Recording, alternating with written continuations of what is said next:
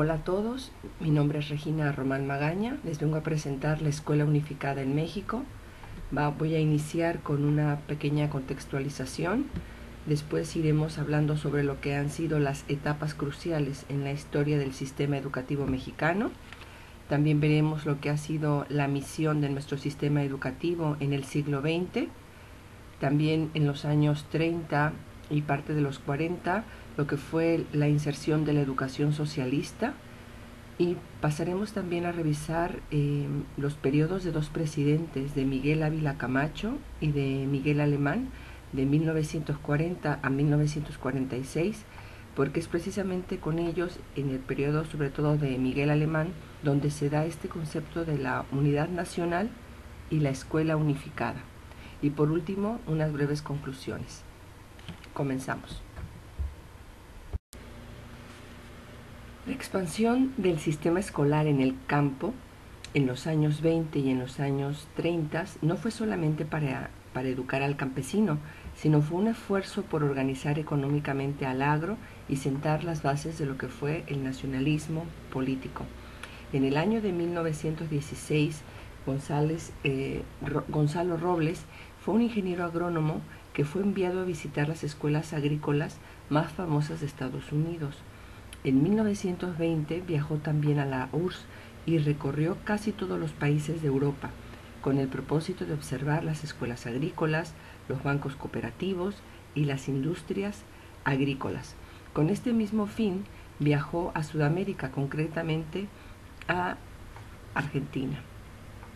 La escuela en México tal vez nunca tuvo como propósito principal formar a una persona educada, culta, sensible e impregnada de valores intelectuales y morales superiores, sino moldear al ciudadano o al productor.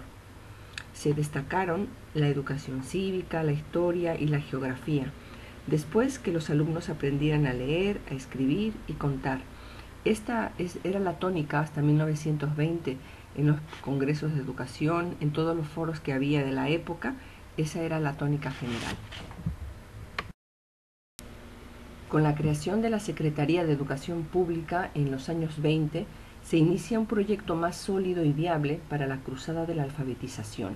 Se forman maestros para atender a una gran población carente de educación, pues no había un magisterio preparado como ello, y como sabemos, pues en el México de entonces era una población con unos niveles de analfabetismo muy grandes y una población en su mayoría rural. Ya en los años 30 se acentuó el desarrollo en las habilidades técnicas y la adquisición de ciertos rasgos necesarios para el trabajo productivo, como puntualidad y disciplina. Una década más tarde, la educación socialista estaba en retirada y el tránsito a la concepción democrática dentro de la unidad nacional fue la lógica que dominó las reformas de 1946. En los años 70 y 80 se adhiere al artículo 3 la garantía de autonomía universitaria. Se elaboró la Ley Federal de Educación, que abrió el camino a la modernización del presente. En los años 30 se acentuó el desarrollo de las habilidades técnicas y la adquisición de ciertos rasgos necesarios para el trabajo productivo, como la puntualidad y la disciplina. Bueno, son tres las etapas cruciales en la historia del sistema educativo mexicano. Tenemos la primera con José Vasconcelos al frente de la Secretaría de Educación Pública. En 1921 fue el año de su creación y se buscaba consolidar la nacionalidad sobre bases culturales que dieran cierta identidad homogénea a los mexicanos. Fue muy célebre su obra La raza cósmica, que con ella sintetizaba aquellos afanes.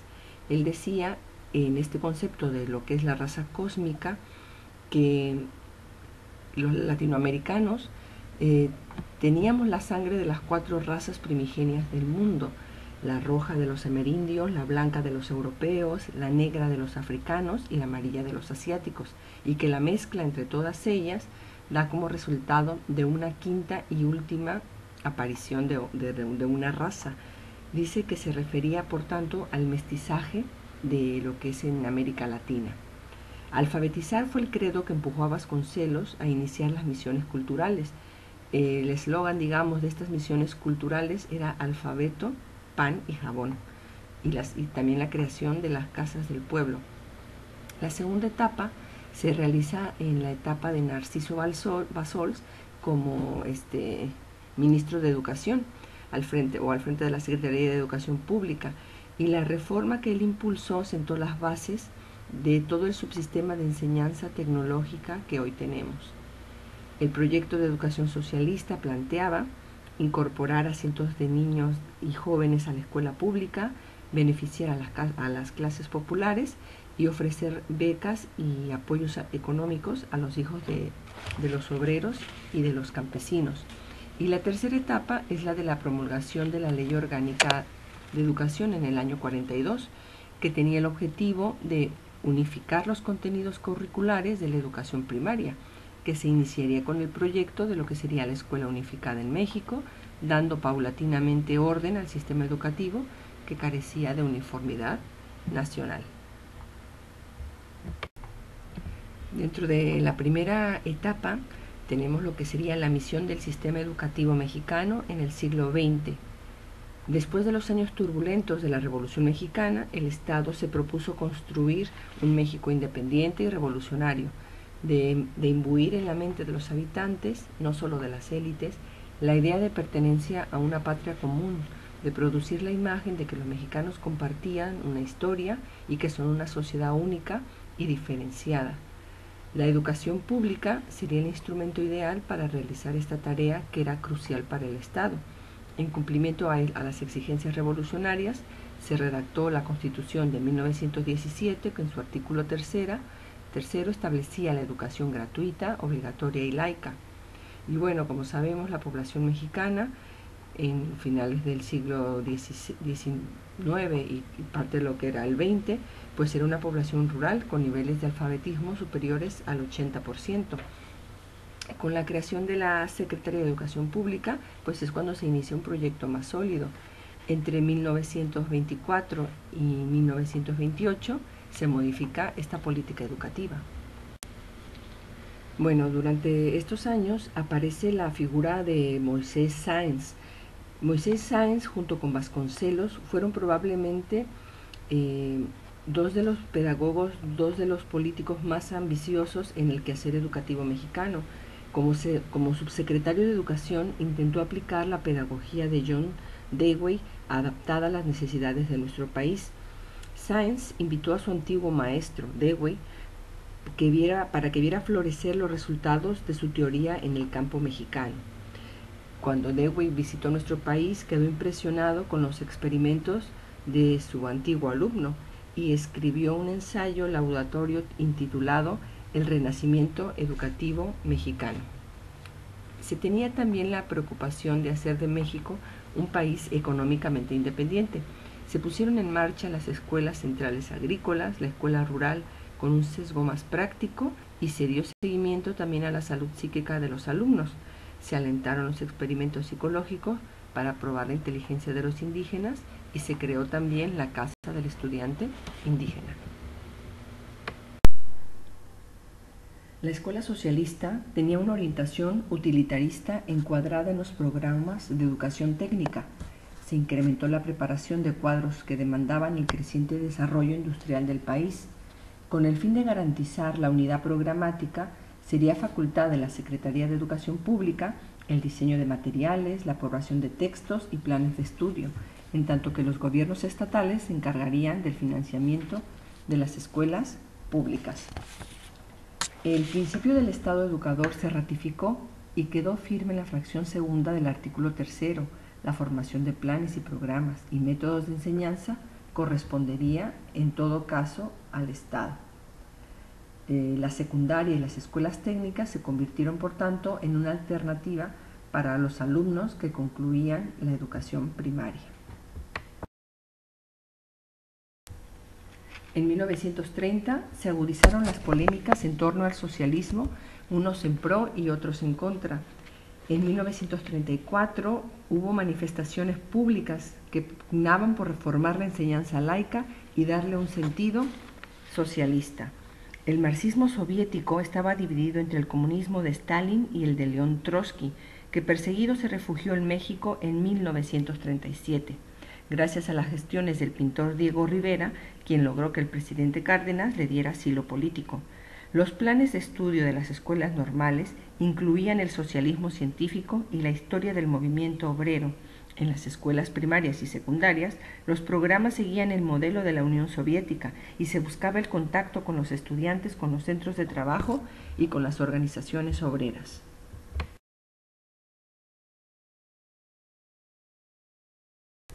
En 1936 se creó el Instituto Politécnico Nacional para la formación de profesionistas en carreras vinculadas sobre todo con la tecnología y la ciencia.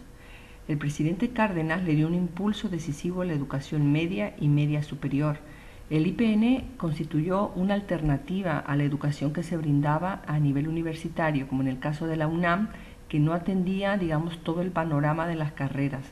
Entonces el Instituto Politécnico, con un centrado carácter técnico y científico, cubre esa necesidad que había en México. El IPN nace en un contexto de optimismo y esperanza, enfocado a la educación de alto nivel, pero con orientación técnica. México era un país agrario, pero con la creación del IPN se enfoca hacia lo que es la modernidad.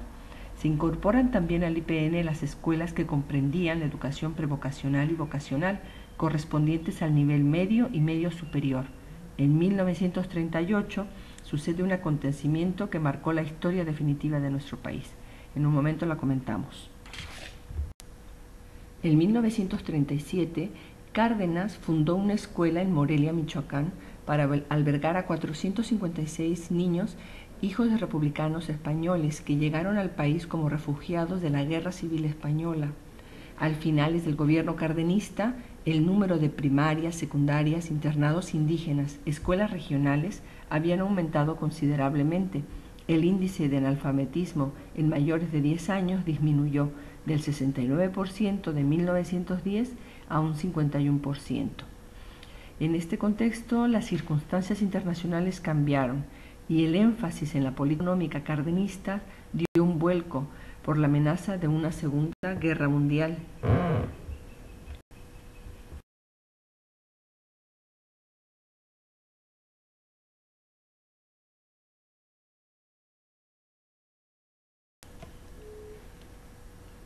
La educación en el periodo de Manuel Ávila Camacho, de 1940 a 1946. Las consecuencias de la Segunda Guerra Mundial obligaron a México a modificar su proyecto de desarrollo.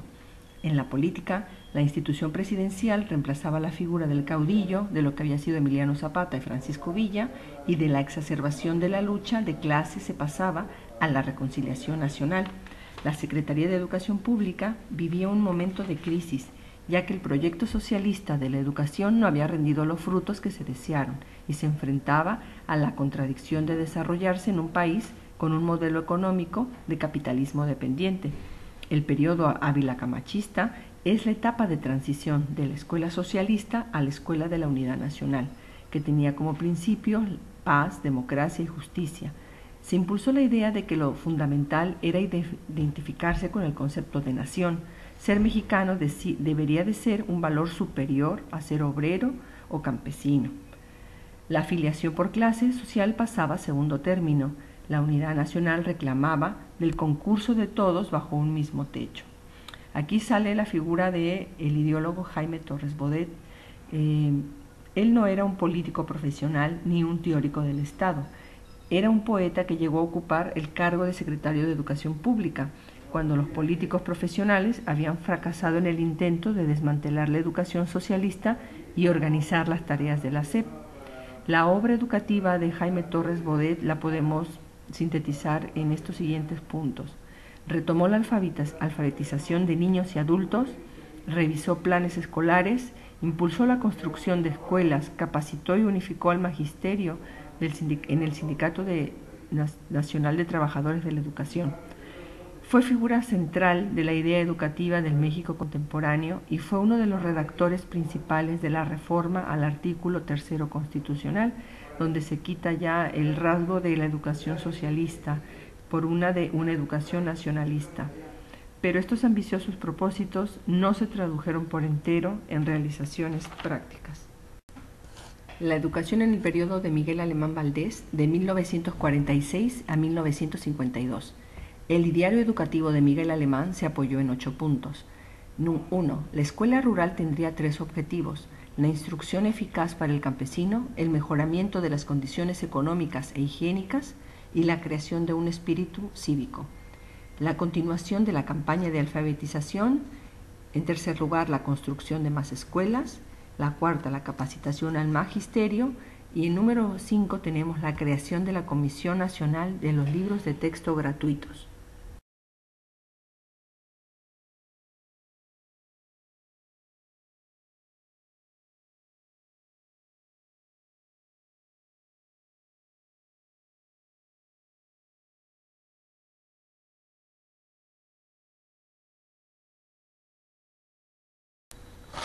La puesta en marcha de un programa de libros de texto gratuitos, en aquel entonces único en el mundo fuera de la Unión Soviética y la Alemania democrática, le valió al gobierno de México muchos reconocimientos internacionales y otros tantos conflictos internos, sobre todo con las editoriales que veían de alguna manera amenazados sus intereses económicos al tener ahora un único libro de texto para todos los niños del país. La enseñanza técnica, ya que formaba parte del programa de industrialización del país, es el punto número 6, y dentro de este proyecto se incluyó al sector privado, gracias al cual se logró la construcción de muchas escuelas. En el número 7, las escuelas de agricultura, ya que la preparación de expertos agrícolas era igual de necesario que los obreros calificados. En octavo lugar tenemos la alta cultura, dentro de la cual entra la construcción de la ciudad universitaria y la creación del Instituto Nacional de las Bellas Artes. Artistas como Diego Rivera y David Alfaro Siqueiros plasmaron su arte en una serie de murales considerados hoy día patrimonio cultural de la humanidad. Entramos ahora a lo que es la unidad nacional y el concepto de lo que es la escuela unificada en México. Manuel Gual Vidal, designado ministro de Educación Pública en el gobierno de Miguel Alemán, confronta de inmediato el problema de la unidad nacional a la luz de una nueva política social que trata de apoyarse en la industrialización y la recuperación económica del pueblo. En 1943 publicó los fundamentos de la Escuela Unificada, siguiendo los principios de Paul Nartrop. A la letra dice: los postulados de la democracia exigen la mayor cultura del mayor número y el Estado no realizará sus grandes objetivos mientras no se logre salvar las oposiciones de las clases sociales y no logre crear la voluntad nacional mediante una educación obligatoria para todos, según la aptitud y vocación de los alumnos, y ello solo puede lograrse mediante la planificación y la realización de la escuela unificada. Bueno, ¿qué es la escuela unificada? Es un sistema pedagógico que organiza todas las instituciones educativas de manera coherente y progresiva, conforme a la aptitud y vocación de los estudiantes. Es un sistema abierto de diferenciación progresiva y escalonada de la enseñanza, al servicio de todas las personas de una nación, sin distinción de clases sociales, de situación económica, de credo religioso o de raza. Por tanto, la escuela unificada exige un verdadero sistema de educación pública que consta de un conjunto de instituciones docentes y de investigación orgánicamente estructuradas que comprende desde las guarderías y jardines de párvulos hasta los institutos de formación terciaria, universidades, politécnicos y centros de cultura superior. 2. De un cuerpo de maestros y funcionarios encargados del funcionamiento y administración educativos, tanto nacional como regional. De un ordenamiento legislativo que señala de manera precisa y minuciosa las tareas y funciones de cada una de las instituciones pedagógicas que integran el sistema de educación nacional. Bueno, la realización de tan comprensivo plan implica, y ese fue uno de los esenciales empeños del nuevo titular, la revalorización del maestro y con ello la reforma de la enseñanza normal. Y aquí vemos una de los principales giros que se hicieron en ese momento para darle cabida a esta nueva idea de educación unificada. La responsabilidad en la formación de los profesores estuvo en manos de Francisco Larroyo, quien fue nombrado director general de enseñanza normal en marzo de 1947, que fue un colaborador muy estrecho del ministro Manuel Vidal. ¿Qué hizo Larroyo? Bueno, pues Larroyo independizó el departamento de educadoras de párvulos y lo convirtió en la actual Escuela Nacional de Educadoras. Su labor como académico y responsable de la educación normal estuvo sellada por las ideas filosóficas que importó de Alemania, porque recordemos que Larroyo fue quien trajo a México este modelo o esta idea de educación unificada, de escuela única, que aprendió, que conoció en un viaje a Alemania. En lo relativo a la enseñanza elemental, el ministro Vidal se proyectó en dar a la escuela mexicana una acentuada orientación práctica.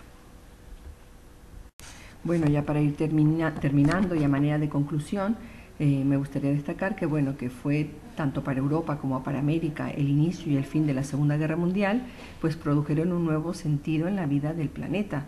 Y México en esta coyuntura deja de lado la educación socialista y se alinea al capitalismo dependiente. Durante los gobiernos de Camacho y Alemán se puede notar que la atención giró en torno al binomio de unidad nacional y crecimiento económico. La unidad nacional estaba destinada a homogenizar al mexicano, a asumirlo en un mundo de valores nuevos y propios. La escuela se encargaría de educar en el civismo a los niños y de enseñar lo necesario para su incorporación a la vida práctica, por tanto la preeminencia de la escuela técnica en la educación pública de México. Después, con la promulgación de la Ley Orgánica de Educación de 1942, que tenía el objetivo primordial de la unificación de los contenidos curriculares de la educación primaria, que se iniciaría con el proyecto de escuela unificada, dando paulatinamente orden al sistema educativo que carecía de uniformidad institucional. Bueno, finalmente la falta de continuidad en los gobiernos posteriores y de recursos económicos y principalmente de voluntad política hicieron que muchos de estos ideales pues se quedaran simplemente en papel. Y por último, destacar la imagen de lo que es su ciudad universitaria, porque cuando Vasconcelos era rector de la universidad, fue él quien se encargó de que ésta se convirtiera en un centro de difusión de la cultura. Se organizaban campañas de alfabetización en las que estudiantes universitarios salían a las calles, organizaban a niños y adultos, pues para enseñar las primeras letras. Se publicaron una serie de folletos para acercar la cultura que llegara a las masas. La universidad asumió mucho de las funciones que más tarde corresponderían a la Secretaría de Educación Pública. Ambas instituciones trabajaban mancomunadamente y desde entonces los universitarios adquirieron una gran conciencia de su participación en la problemática educativa del país. Y después de la salida de Vasconcelos de la Secretaría, pues ambas instituciones se fueron distanciando y toda esta efervescencia del trabajo social y de incorporarse en la vida cotidiana del mexicano de a pie, pues se quedó separada. Muchas gracias por su atención y espero que haya quedado claro el concepto de lo que fue en México la educación unificada, y muchos saludos y ánimo para todos. Gracias.